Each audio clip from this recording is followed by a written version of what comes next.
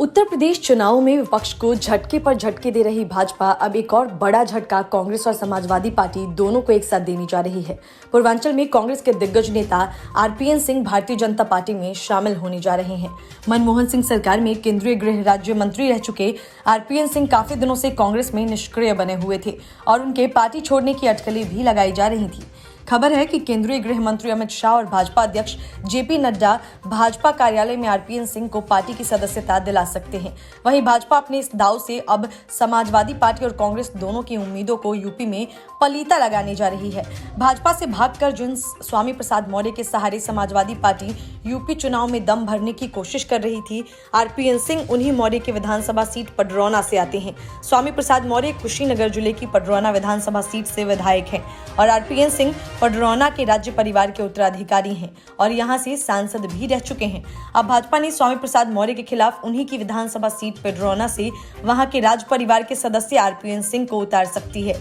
सबसे महत्वपूर्ण बात यह है कि पडरौना राजघराना कुर्मियों का है और इसीलिए मौर्य यहां स्वर्ण या दलित कार्ड खेल अपनी कोई चाल भी नहीं चल पाएंगे। वहीं दूसरी तरफ आरपीएन सिंह के जाने से कांग्रेस को बहुत बड़ा नुकसान हो सकता है, क्योंकि अव्वल तो कांग्रेस के पास यूपी में कोई बड़ा नेता बचा नहीं है और जो एक दो हैं वो पार्टी छोड़कर जा रहे हैं। इसीलिए यूपी में कांग्रेस की सांसें लौटने की कोशिशों में लगी प्रियंका गांधी को आरपीएन सिंह के जाने से बड़ा झटका लगेगा। वहीं पडरौना यूपी और बिहार की सीमा पर स्थित एक कस्बा है जिसे अब देवरिया जिले से अलग कर कुशीनगर जिला बना दिया गया है। आरपीएन इसी कुशीनगर के पडरौना विधानसभा क्षेत्र से कांग्रेस के टिकट पर वर्ष 2096, 2002 और वर्ष 2007 के विधानसभा चुनाव में 3 बार विधायक रह चुके हैं। इसके बाद वर्ष 2009 के लोकसभा चुनाव में जीतकर वह सांसद बने और मनमोहन सिंह के नेतृत्व वाली यूपीए सरकार में गृह मंत्री की जिम्मेदारी मिली। वह कांग्रेस की राष्ट्रीय टीम का भी हिस्सा रह चुके हैं। पार्टी ने उन्हें झारखंड का प्रदेश प्रभारी भी बनाया था, लेकिन झारखंड के मुख्यमंत्री हेमंत सोरेन के साथ उनकी खटपट की खबरें भी सियासी हलकों में चर्चा बटोरती रही हैं। शायद यही कारण रहा कि वह पिछले कई महीनों से नेपथ्य में चले गए थे और अब जब निकले हैं तो भाजपाई बनने जा रहे हैं, जो यूपी में भाजपा के अभियान को और धार देगा।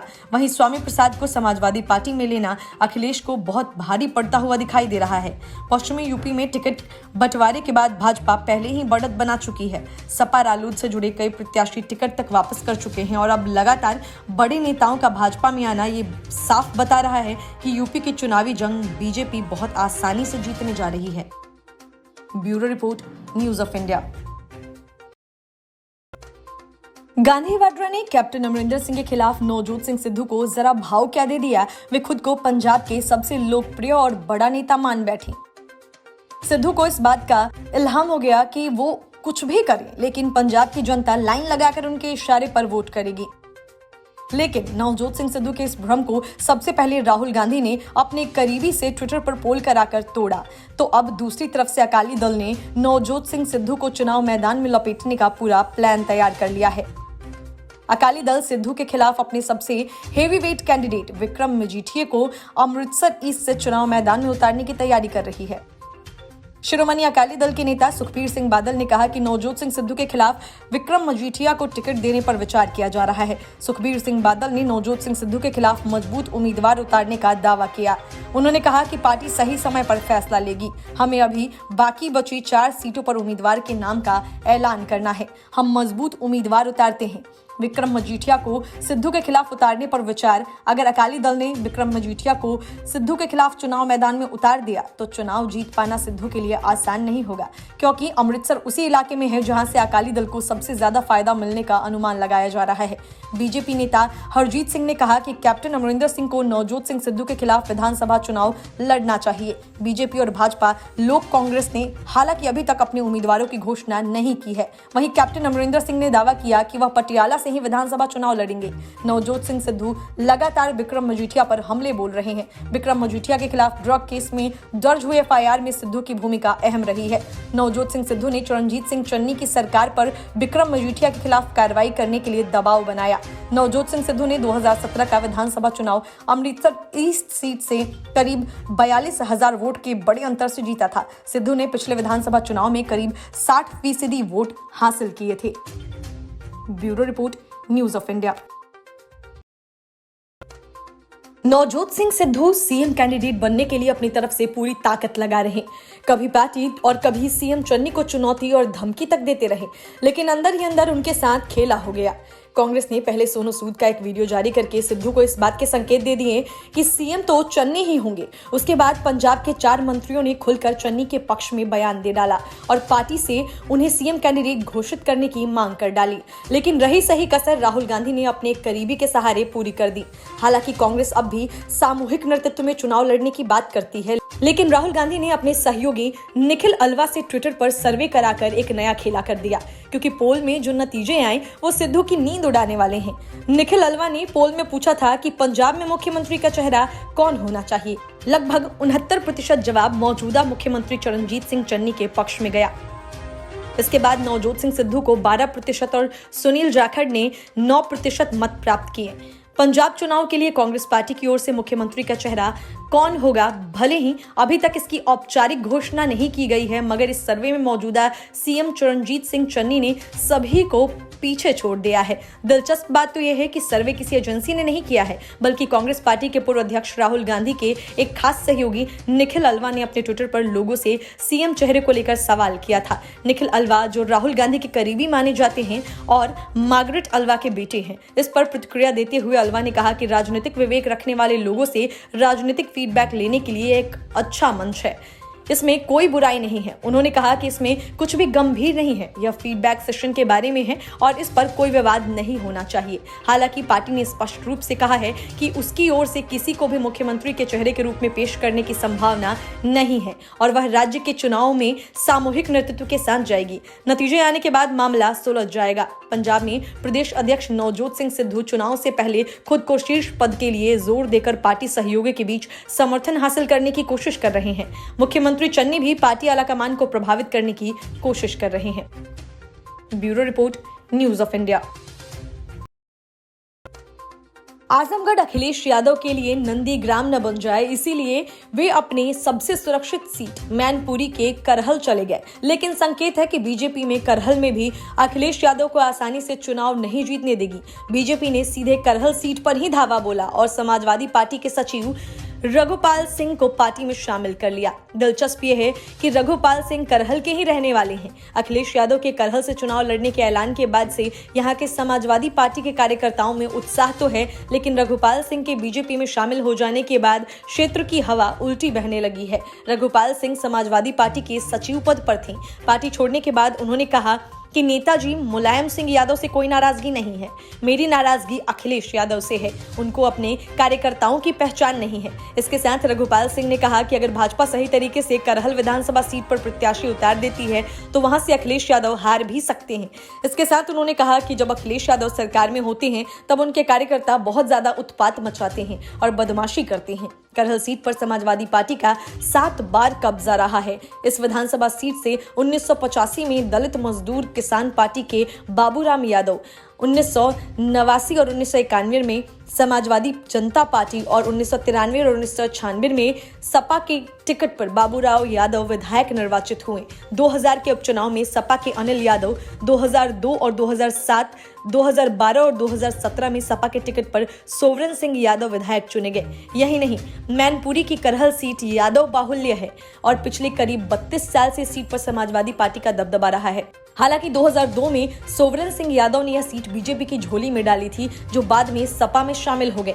करहल विधानसभा सीट पर यादव वोट 1,44,123 है, जबकि 14,183 वोटर मुस्लिम हैं और इसके अलावा शाक्य 34,946, ठाकुर 24,737, ब्राह्मण 14,300, लोधी 10,833 और जाटव 33,688 वोटर्स का भी दबदबा है। करहल विधानसभा में कुल मतदाता 3,71,261 हैं, जिसमें से पुरुष 2,01,394 हैं और महिला 1,69,851। इसके अलावा 39 शहरी और 475 ग्रामीण पोलिंग स्टेशन हैं।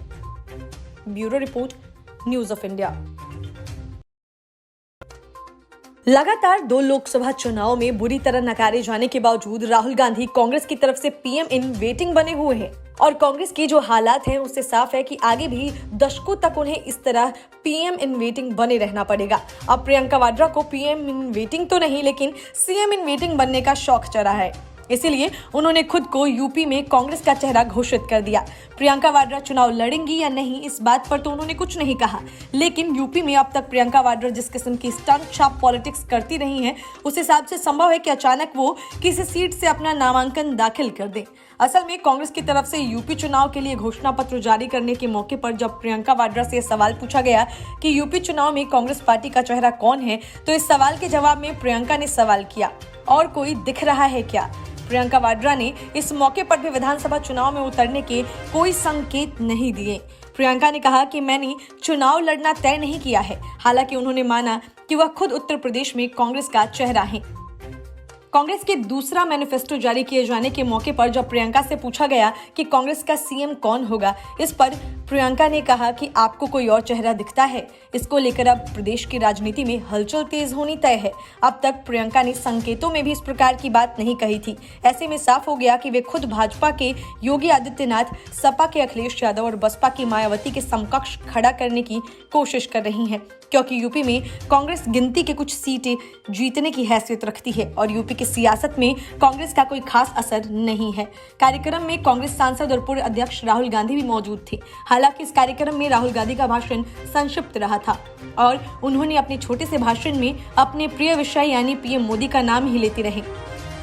प्रियंका गांधी ने उत्तर प्रदेश की स्थिति की बात की। उन्होंने सीधे योगी सरकार को निशाने पर लिया। प्रदेश में रोजगार की स्थिति पर चर्चा की। युवाओं को रोजगार दिलाने के लिए आयोजित होने वाली परीक्षाओं में गड़बड़ियों की चर्चा की। प्रतियोगी परीक्षाओं के पेपर लीक से लेकर अन्य तमाम धांधली को रोकने और युवाओं के लिए एक बेहतर भविष्य के निर्माण पर जोर दिया। इस पूरे कार्यक्रम के दौरान प्रियंका सबसे प्रमुख किरदार में रही। प्रियंका ने मैनिफेस्टो जारी करते हुए कहा कि युवाओं से बात करके ही ये भर्ती विधान बना है। हम यूपी में 20 लाख नौकरियां देंगे, इसमें 8 लाख महिलाओं के लिए रिजर्व किया जाएगा। हमने विधान में ये भी बताया है कि ये कैसे करेंगे। 12 लाख पद तो अभी भी खाली हैं। हम जॉब कैलेंडर बनाएंगे और इसका कड़ाई से पालन कराएंगे। भर्ती परीक्षाओं के लिए फीस नहीं लगेगी। परीक्षा देने के लिए ट्रेन और बस यात्रा भी मुफ्त होगी। Bureau report, news of India. 2019 के लोकसभा चुनाव में राहुल गांधी को अमेठी में पहले से तय अपनी हार का इतना भय महसूस हुआ कि वो भागकर केरल के वायनाड से लोकसभा चुनाव लड़ने चले गए। इस संसदीय क्षेत्र का चयन उन्होंने इसलिए किया क्योंकि यहाँ 45% मुस्लिम मतदाता थे और कांग्रेस मुस्लिम तुष्टीकरण की मास्टर है। हुआ भी यही। राहुल गांधी अमेठी से तो हार गए लेकिन वायनाड से चुनाव जीत गए। अब उन्हीं की राह पर अखिलेश यादव भी चल पड़े हैं। योगी के चुनाव लड़ने के ऐलान के बाद दबाव ऐसा बढ़ा कि अखिलेश को भी चुनाव लड़ने के लिए सीट तलाशनी पड़ी और उनकी ये तलाश ठहरी जाकर 2 सीटों पर। पहली आजमगढ़ की गोपालपुर सीट, जहां पर 40% मुस्लिम मतदाता हैं।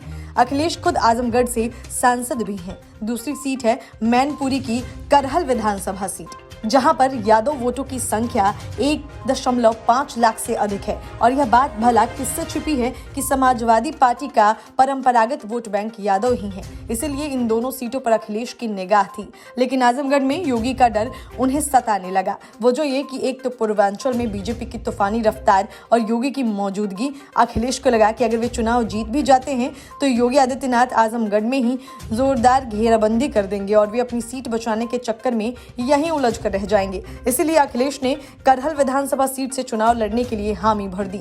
पहले अखिलेश कह रहे थे कि वो आजमगढ़ की जनता से पूछकर विधानसभा चुनाव लड़ने का फैसला करेंगे, लेकिन आखिर में खुद के लिए सुरक्षित सीट तलाश कर एक तरह से अपनी हार खुद ही कबूल कर ली। हालांकि पहले अखिलेश यादव चुनाव लड़ना ही नहीं चाह रहे थे, लेकिन जब भाजपा ने 5 बार के सांसद सीएम योगी को भाजपा ने मैदान में उतारा तो अखिलेश पर भी दबाव बढ़ने लगा था। खबरें तो यहाँ तक उड़ी कि अपनी डूबती नैया बचाने के लिए अखिलेश यादव पूर्वी यूपी या हाई प्रोफाइल लखनऊ जैसे सीट सहित 1 से अधिक सीटों पर भी चुनाव लड़ सकते हैं।